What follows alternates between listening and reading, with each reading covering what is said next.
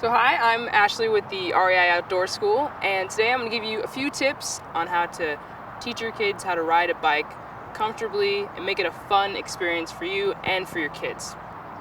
So before you actually get them out on that bike, you want to make sure that the place you pick for them to learn is a fun and safe environment. Ideally a space where there's not going to be a lot of cross traffic, no distractions, a place where you can go with your kids and they can feel comfortable. Finding a place with pavement would probably be your best choice. Pavement is a nice, smooth surface for them to learn on. It makes it really easy to coast. Grass, on the other hand, is going to be a little bit bumpy. It's not going to be as easy for them to push along. So pavement will be an easier surface for them to learn on. Next, you want to make sure the bike is ready for them. First off, I would recommend take the pedals off the bike. It makes it easier just for the kids so they can kind of scoot along. We want them to get used to the balance of the bike, and having the pedals on initially makes it a little more work for them. What about training wheels? Should we use training wheels? Should we not use training wheels? Training wheels don't actually help with the balance. They just help them get used to sitting on the bike. They can kind of build up their little legs so they get used to pedaling themselves without you having to push them. So training wheels are a nice starting point, but when they're learning how to ride, you probably want to get rid of them. And lastly, we're going to make sure we lower that seat. What this will do is it'll allow your kids, when they're sitting on the bike, to be flat-footed on the ground. It'll be more comfortable for them and they'll feel more relaxed. So remember those three things: pedals, training wheels, lower the seat, and the bike will be all ready for your kids to learn how to ride.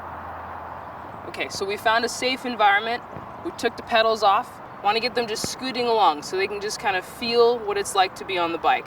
As they're getting comfortable with it, they can go a little faster, but you just want to monitor them as they're scooting. So they've gotten past scooting. We want them to go a little bit faster. We want them to start to get used to the balance of the bike. So we're not talking a fast pace, just a slow, comfortable, kind of smooth coast. As they're coasting, you want to get them to every now and then just kind of pick up their feet. We want them to get used to the balance of the bike, so they get used to having to kind of lean with it a little bit. Maybe you can make a game out of it. Ask them, okay, I'm going to count to 10. Do you think you can coast with your feet up for the entire 10 seconds? Make it a fun experience. Remember, we're always reinforcing the fun factor. We want to keep it fun. Okay, so they got their feet up, they're coasting for a while. Next thing you should probably look for, can they turn while they're coasting? Remember, we're always thinking in small steps. So maybe a little bit of a turn to the right, a little bit of turn to the left. If they're looking really comfortable and they're doing really well, once again, keep it fun. Maybe we're going to set up some cones and some fun shapes. Have them go around the cones in fun different patterns. If it's fun for them, it's going to be fun for you. And if you're both having a great time, they're going to want to keep doing the activity. Another thing you want to look for is as they're riding, are they looking down at the bike or are they looking ahead? We want them to look ahead. We want them to look where they're going. That's a good sign that they're also very comfortable with the bike. So as we're watching them, we want to assess to see, are they ready to put the pedals back on? There's no rush to put the pedals back on. Let them take their time. Maybe they're going to have an entire day with no pedals. That's okay. But you're just watching to see how they're learning, are they absorbing, and are they feeling comfortable? So we're seeing if they can coast and if they can coast with turns. We want to see if they're looking where they want to go instead of at the bike. And lastly, and this is the biggest, most important thing in my opinion, you want to make sure they're having fun. And if they get all these things, they're probably ready to put the pedals on. So now we want to teach them how to start the bike without just having to kind of push along like before. So we're going to get them on the bike. You want to have one foot flat on the floor, and they're going to have the other leg kind of up on that first pedal. So you want to position the pedals right before they get on the bike, so you have one pedal up a little higher than the other. It's going to make it easier for them to step down and press on that. So they got the one foot on the higher pedal, and they got one foot on the floor, and you want to kind of teach them to press down on that front pedal. It creates a little bit of momentum. It's just like that scoot, except instead of pushing with their feet, now they're pressing on the pedals to create that same little bit of momentum. If you need to give them a little help, maybe hold the seat on the back, that's okay. But you want to make sure that they're learning the balance themselves.